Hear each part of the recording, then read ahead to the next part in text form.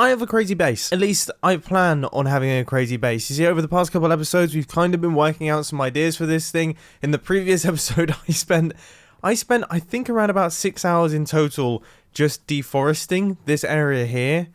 That should give you a pretty good idea of just how massive this area actually is.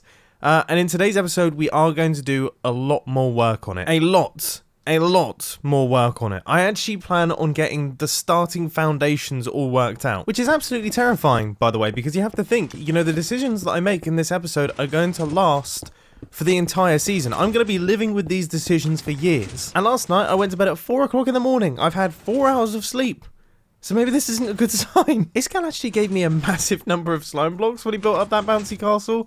I was kind of expecting it to be about a stack. I don't know how. I don't know how my brain's working at the minute. Green has used my iron farm, and actually, he has paid me for... This is... I'm getting concerned. Green has changed. Green has really changed. I kind of feel bad about this now. By far, one of the coolest shops on the Hermitcraft server. This is absolutely amazing. Welcome to the Chest Monster Shop. Shulker box price, 5 diamonds. Ooh. And I can get free ender chests with my purchase. Ooh, purchases have been made. And now here's my plan. Okay, the things that we're going to be doing in today's episode is we're going to be working on the towers that I've planned out. Those things right there, the surrounding iron blocks and things, they require a lot of stuff. So I'm going to take these 5 shulker boxes, going to take them to a desert, get 5 shulker boxes, going to take them to a gravel area, 5 shulker boxes, going to take them to a mining mazer, 5 shulker boxes worth, and I'm going to take them to the iron farm, 5 shulker boxes worth. Lots of shulker boxes. I think it's time for a super fast time lapse. And during this super fast time lapse, I want to talk to you about Minecraft Dungeons, because for me that came out of left field. I haven't really kept up with the Minecraft Dungeon stuff in the slightest, and then just as I was in the middle of recording this video, people started posting videos about it, and I was like, what on earth? Where's that come from? And I'm not even into that sort of game. But there's something about just the Minecraft textures and the Minecrafty feel of it. I was sat there and I was itching because I really wanted to play it. But because I'm a total moron, I didn't request access to the beta in the slightest. So I'm going to be playing it like everyone else is when it eventually releases at some point in time. And I'm so envious. I'm so envious of everyone else. Anyway, that's enough Dungeons talk. Let's get back onto the Hermitcraft server. This is what 3 hours of resource gathering looks like. It looks pretty lovely. Now, the only thing that I will say is, and it's depressing, is that I don't even want to say it. Is that as I finished up filling my final shulker box with terracotta, I remembered that very recently I've actually changed the design. I've changed the design of my base. To not make use of terracotta at all. So I spent a lot of time gathering this for no reason. Absolutely no reason. But we do have lots and lots of concrete resources though, so I suppose that's a positive. With that being said, there is one other piece of the puzzle, and that of course is these things. That's a decent number of iron blocks, but we need a lot more than that. So I'm going to do my bit. And after AFKing overnight, this is what I've got. Not too bad. We can definitely work with it. Okay, so first things first, I need to build up the baseline of my base. This is where that giant octagon is actually going to be going. The level of my base area. And I think I'm going to build it around about here. And then I'm going to terraform up to it in a few of these places. I mean, we've got a lot of terraforming to do here, but we're definitely not going to be doing that today. No terraforming is going to be done today. Instead, what I wanted to do is just get that template down on the floor so I could see how high this base is going to be. So just completely forget about this area here. As cool as it is to have this gigantic, crazy wall-looking thing, this is actually where the base is going to be going. And as I said, when we terraform, we're going to terraform the landscape up to it. So say, for example, this area here, the land is actually going to come up and meet with this. And then there's a few areas around the back, for example, through here and also through that mountain as well, where I'm essentially going to have to slice this landmass right here. We're going to have to do a slice through it and then terraform these land masses so it looks like they've just naturally formed around this octagon. That is going to be a huge, gigantic project. And one that, as I say, I'm definitely not going to be worrying about today. All right, let's start constructing some towers then, shall we? I mean, Well, first things first, I need to get a lot of light grey dye. And I've just thought, how on earth do I get a lot of light grey dye? That is not an easy thing for me to get large quantities of now that I think about it. Or... I mean, that's handy. Wait, hang on, wait, what? So I just did a little bit of Wikipedia Googling. Those oxide daisies actually, they give us light grey dye. So I suppose if I just run around for a decent length of time and just pick these things up, we could be sorted. That's very, very, very helpful. Look at this. How did I never know that? Seriously, how did I not know that? And the white tulips as well. Why has nobody ever told me this information? I don't understand. Light grey dye is literally the easiest dye in the world to get large quantities of. Oh my goodness, the list goes on. The list goes on. What doesn't drop light grey dye in Minecraft? I am going to be here for quite some time. This is gonna be a long one. These are the times that I really miss my TNT activated version. Here we are then. Okay, so I've built up a little dirt frame that we can start constructing this tower from. I'm not going to be building this from the floor because, I mean, I started placing in the blocks on the floor, and then I realized that if we are actually terraforming up to this, there really is no point. That would be a waste of resources. So now that we're here, I'm just gonna start chucking the frame. I think I'm going to build the outside frame first, and then potentially look to start filling it in. Oh no! It was bound to happen at some point. I've fallen foul to my own challenge. Oh, and all my ladders are gone, so I can't even get up into my base. Just for a frame of reference here, this is 11 stacks of light grey concrete. 11 stacks right there. And that's not even half the height. Sometimes I do have to question if I've gone too far. Especially as, well, I've used up all of the flowers within like a 100 block radius of my base. And this is how far that's got me. So how far out am I going to have to go to make the rest of these? Hold up. Can you now make dispensers with used bows? Is that a recent thing? I feel like that's a recent thing, and that's probably one of the best changes ever. Anyway, the reason that I need a dispenser is because I'm going to see how well a little flower farm will work. So we've got a dispenser down here, bone meal, we're going to be pushing the grass blocks back and forth, and I'm going to make use of the bone meal that I've actually got from my iron farm. I just want to warn you, this next clip is incredibly loud. This does seem to be working very, very nicely though. I've put 1 stack of bone meal in, let's see how much we get from that. It seems like we're actually going to get quite a lot. Oh, this is perfect. We are set. We are 100% set. Okay, so I've got one side of our template all sorts of planned out, and it looks it looks totally wild, but I feel like this is a good time to mention that with this build right here, I'm taking some pretty serious inspiration from Reddit user Vesco.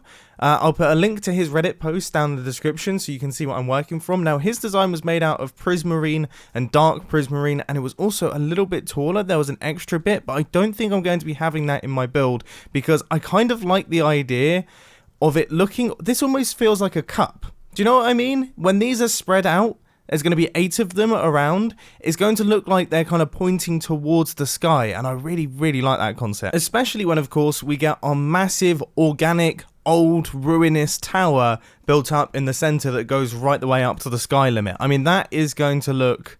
It's going to look crazy. It's going to look totally crazy. Anyway, let's work on the other side of this. The view from my hobbit hole is hilarious. That gives a good idea for how massive this thing is. That is a solid replacement for the box. Nice, it's actually getting used. Amazing. Is this one of the loudest machines in Minecraft? I feel like that could have been one of the loudest machines in Minecraft. That might just be the most lucky I've ever been in my life. Given, look at all the stuff that's here. This is literally all the things for this project. We've got my precious items. A creeper just wandered in, okay, went to ignite, I punched him, and he fell in this water just as he exploded. Didn't cause any damage. I now feel like a professional. I'm back over here again already. I can't believe how much this is using. But, I mean, I should have known, because now that I've actually got all of the grey concrete in place, you can see, yeah, that this is actually a massive thing. So if we fly out, just imagine 8 of these It's going to look so cool. I'm excited to build the diagonals as well. And then you have to remember that currently it's hollow, right? That is hollow. That is going to be filled up with white concrete and iron blocks. So the white concrete and the iron blocks is going to be going in there in kind of like a noisy pattern, I guess you could say. So it's just going to be random between white blocks, white concrete and iron blocks. And then there's also going to be some added details too. I mean, this looks mean. This looks seriously cool. But just building this one has taken me, I would realistically say, about 8 hours, maybe 9 hours in total. So, and it's not finished. No, it's totally not finished either. I will say I am including the gathering of resources in that equation, which we still do have plenty of. So I suppose that's a bonus. Anyway, I thought it would be interesting to see just how far this set of resources right here goes in terms of filling up the actual build. I'm going to make a bet here. I personally think that it will take us up to that level there. I would say that level there. Yeah, I'm going to be optimistic. That's like half an inventory's full. Now, I can't remember if I've spoken about this in a redstone video or if I did it in a Hermitcraft episode or when I did it, but the best way to get random textures in Minecraft is to fill your hotbar with the things that you want to place down and then scroll really aggressively with your mouse and then just right click. This is a terrible example. There we go. So you get randomized textures. It's fantastic. Tell you what isn't fantastic though. 24 stacks later and boom, this is where we're at. This is where we're at right now. We got a lot less than I was expecting, but a huge positive, okay, a huge positive is that it does look nuts. It looks so cool now that we've started filling it in. You know, when I had the framework, I was like, I'm not sure, I'm not 100%. Now that we actually have this being solid, it looks so good. And just picturing the 8 of them, that's all I'm doing right now, is I'm picturing the 8 of them surrounding this huge tower. Might be the weirdest noise I've ever made. Anyway, I can't help but finish this thing. Let's get this thing done. And I've got to say, I think I'm finding my rhythm finally with this. I'm starting to understand how the process works. To do to place in the remaining blocks took just an hour, which is nice compared to the rest of the build. And again, I can't say this enough, and I know it sounds like I'm blowing my own trumpet here, but I can't get over how cool it looks. I feel so happy. I loved having the Hobbit hole, and I've loved having the Hobbit hole, but there's nothing like starting a base, especially a mega base like this one. Yeah, it's going to be an interesting few episodes coming up. Let's have a fly around it. Let's take a closer look. The thing that I find interesting here is it looks so imposing compared to the rest of the landscape. Like, look, you kind of lose a sense of scale because it's next to a jungle forest, and jungle forests are really tall. But then when you see it compared to just regular things like normal trees, look at the size of it. Awesome. Okay, so we've done 1 of 8 of these towers. I think at some point in the near future, I'm just going to have to do a mega-sode where I build up all 8 of them all in the same episode, because I don't want to drag this process out too long. I really want to get started on this. But goodness me, is finishing all of that daunting. Anyway, let's get away from the base building for the time being and check out something that Iskall's recently done. I was watching his videos the other day and I saw that he built this rather ridiculous looking thing. This is a bit wild. This is a bit crazy. Okay, so this is a gold farm, and the reason that gold farms are interesting is because they are truly AFK XP farms. So unlike the Guardian farms and the skeleton farms and the blaze farms and things like that, where you have to actively kill things to get your XP and you can't really just stand there and do nothing, gold farms are great because basically you just have to aggro one of these pigmen and then they just kill themselves constantly and then you get all the XP for it. And I want to use it. I really want to use it. I mean, just look at this. We could be building our circuits out of gold like Iskall does. Even though gold is a totally useless block, there's something about it that just makes it so cool. Now, the reason I went over there is because I know that Iskall has just done a redesign of his slime shop, and the idea is hilarious, right? So you pay 1 diamond, and you get anywhere between 32 to 576 slime and a chance at a golden ticket, which gives you use of his gold farm. You don't actually get any of the gold loot, but I think I can convince him maybe with 12 bamboo. So let's do this, right? Haha! Yes! Oh, what a win! I got it straight away. Nice. So I can actually use his... I'm the luckiest. Look at me. Oh, look at this. Right, let's go to his base and annoy him. Iskall, I've got my hands on one of these. I was trying to buy some slime, right? And that came through. Now... Congratulations. Do you feel special? I mean, I do feel special, but I was reading through the signs and I couldn't help but notice that there was a sign that specifically said, and it might be a mistake, so it's fine, that I couldn't take the golden loot that I'd farmed. Is that a mistake? Oh, no, that's how it's supposed to be. Yeah, because like you get all the XP, you get to mend your tools. Right. It's an AFK-able XP farm, better than bamboo burning. Yeah, but you can't build the circuits out of gold and then not expect me to want to build that not look good? It does look really good, and that's why I've come over here brandishing this golden token to throw it in your face and say, you know what, okay, I'm not happy, but I could be happy if you just give it back to me, because I feel like these... Okay.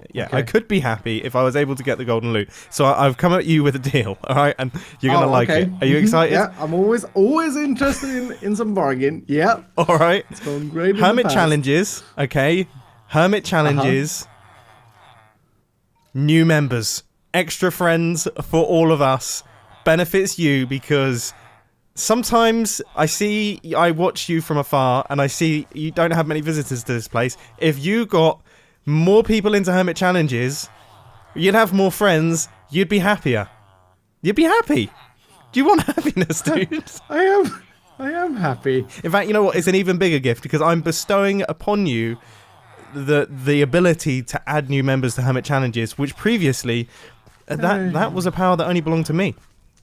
You will be able to say loudly many times in people's ears, Hermit Challenges initiation. All right, and you know how to get you know how it works. You know the whole sacred biscuits, which I'll deliver those to you.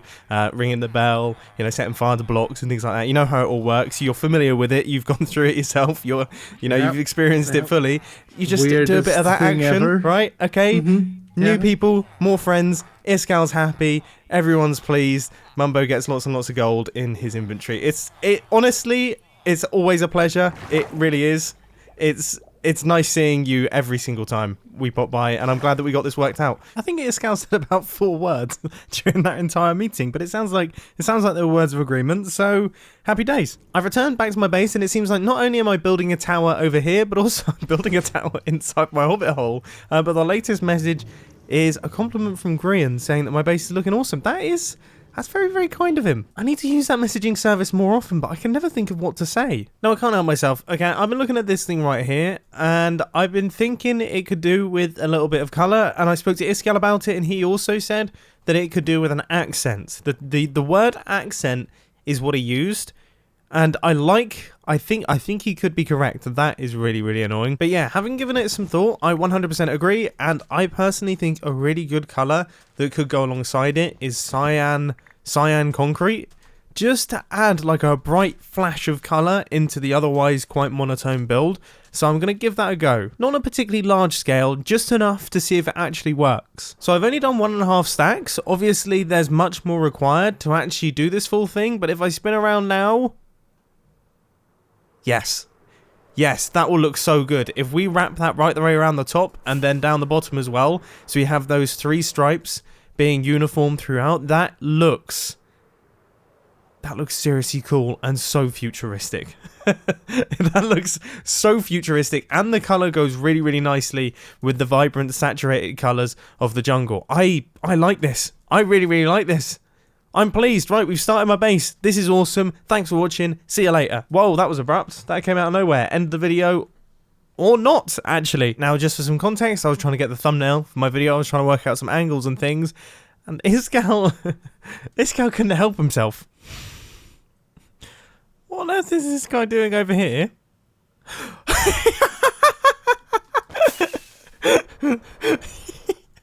He's replanting the jungle. That was so strange. I was looking... No! Make him stop! Make him stop! I was looking up at my base. I was trying to find a good angle for the thumbnail, and then I saw a tree load in, and I thought the chunks were loading up. It was this guy. For goodness sake. It didn't even clock until Until I saw him. This sneaky activist. Oh my goodness. Oh my goodness. I need to make this stop. I need to make this stop.